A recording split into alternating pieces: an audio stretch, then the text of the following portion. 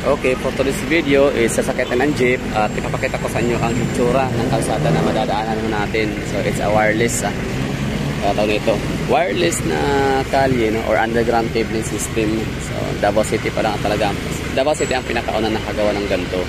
And of course, nakakatawa na ginaya ng ibang syudad. Okay lang yan, no? As long as maganda naman yung ginaya ho natin. So why not, diba? So kung beneficiary din naman lahat dyan ay mga kabayan ho natin. So no problem ho dyan. Like, sige, gayahin na natin. So it means Davao City ay siyang pinakauna benchmark, no? It's a benchmark city in the Philippines. Like, ginagaya siya ng mga syudad din ng mga mayayaman. Like for example, Pasig City, as far as I know, meron na silang underground cabling system.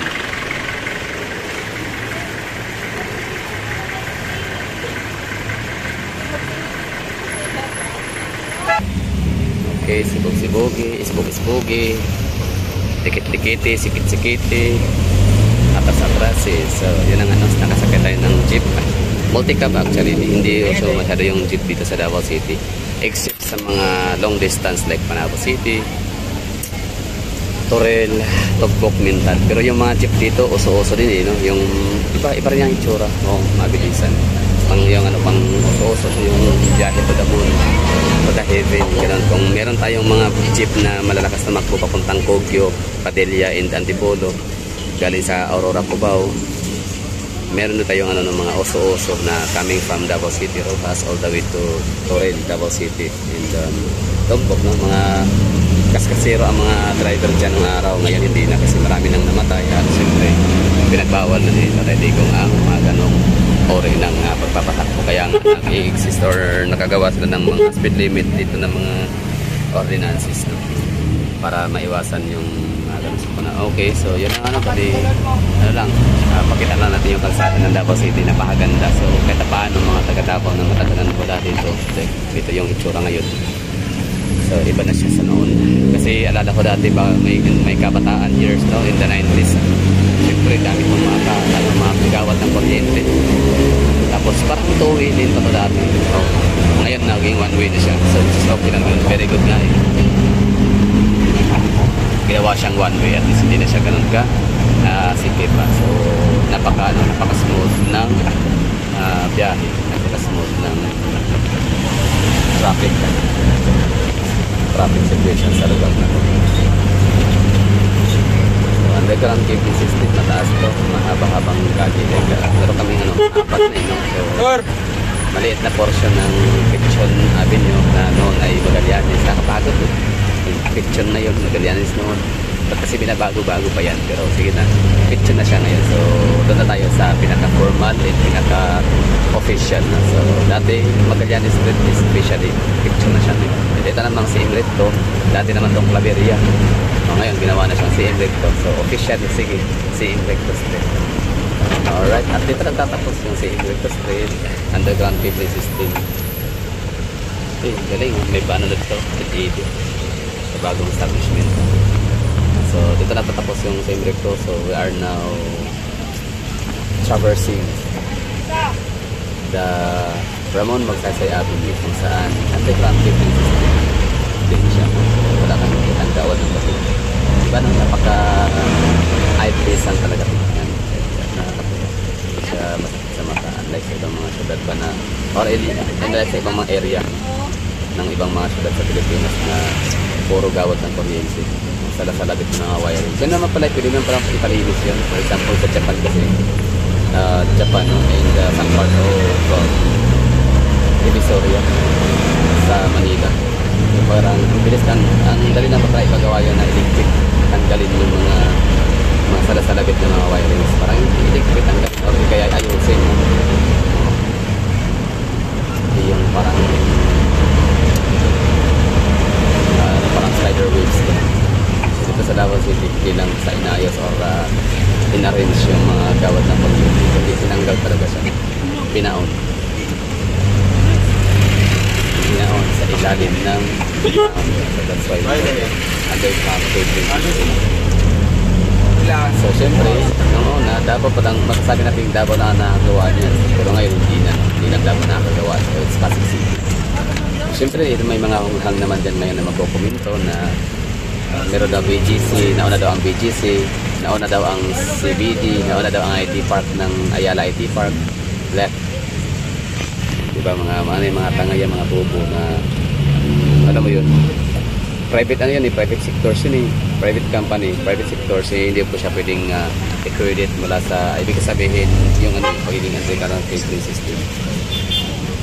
So ang tinutukoy ko natin dito, pinag-usapan ko natin is yung underground cabling system na gawa ng ating local government unit na hindi siya private kundi public, public places siya.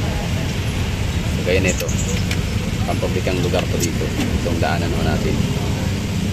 It is a very public entities, public properties. Hindi kagaya sa BGC, hindi kagaya sa Ayala Makati, hindi kagaya sa CBD ng Cebu and IP Park ng Cebu na underground cabling system sila, tapos may mga nakakapasok ng mga sasakyan, mga jeep. Siyempre, ang empleyado kasi ng mga business districts na yun, hindi naman din talaga sila sadyang mga tao nito, mga may sasakyan. No? So marami naman talagang mga workers, no? Maraming mga manpowers, no? Mga empleyado na nataasa pa rin sa public commuter system. Ganun. So nito lang papasokin ang mga private ito kailangan walang choice ang mga private property, mga owner, no? Ng mga private corporation or mga corporation, wala silang choice kasi hayaan ng mga pasok, mga public utility vehicles, kailang mga premises, no? Kailang vicinity, saka ng area of responsibility, dahil nga sa yan ang way para makapasok ang mga empleyado dapat. Hindi naman kasi din lahat ng mga private sectors, mga corporate companies ang nakakapag-provide ng sasakyan, diba? Ng mga shuttle buses para sa mga empleyado. Limited lang. So ito, may kuryente na nakikita. Hindi sa kuryente na tatapos yung underground cabling system sa Ramon Magsaysay-Avenue. Kasi nga, ongoing pa ang construction, no? Ongoing pa ang development sa lugar. Hindi pa nagtatapos. So yun na siguro, no? Okay na. Wala na tayong dapat pag-usapan pa. Over done. Thank you for watching. Like, okay na siguro na may pakita sa iyo yung lugar ng St. Victor and Ramon Magsaysay-Avenue na underground cabling system.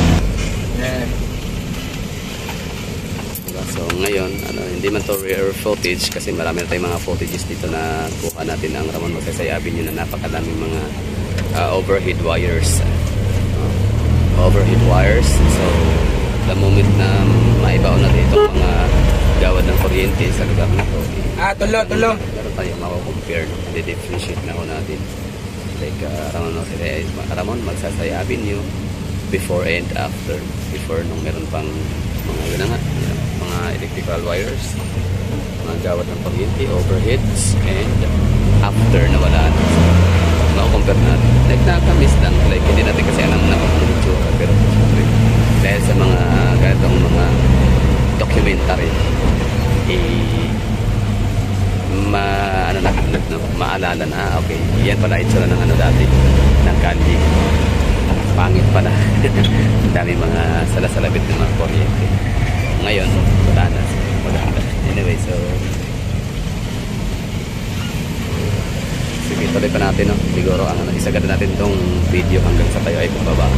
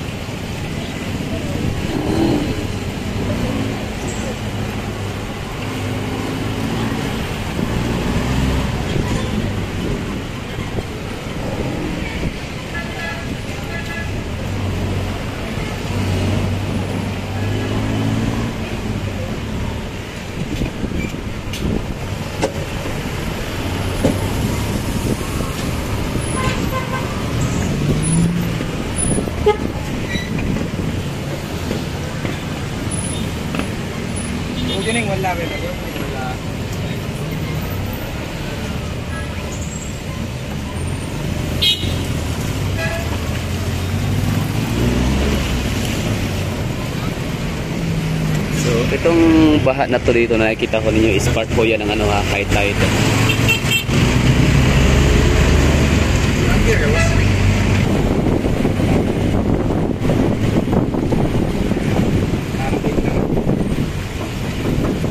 Lugar lang ta.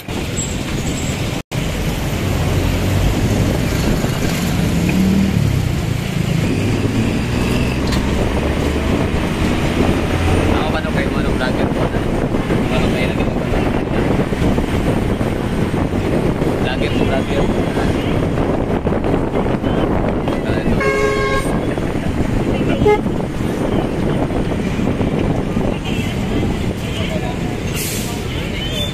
Okay pa dati, hindi ka matawag. Ako lang ako dahil talagaog.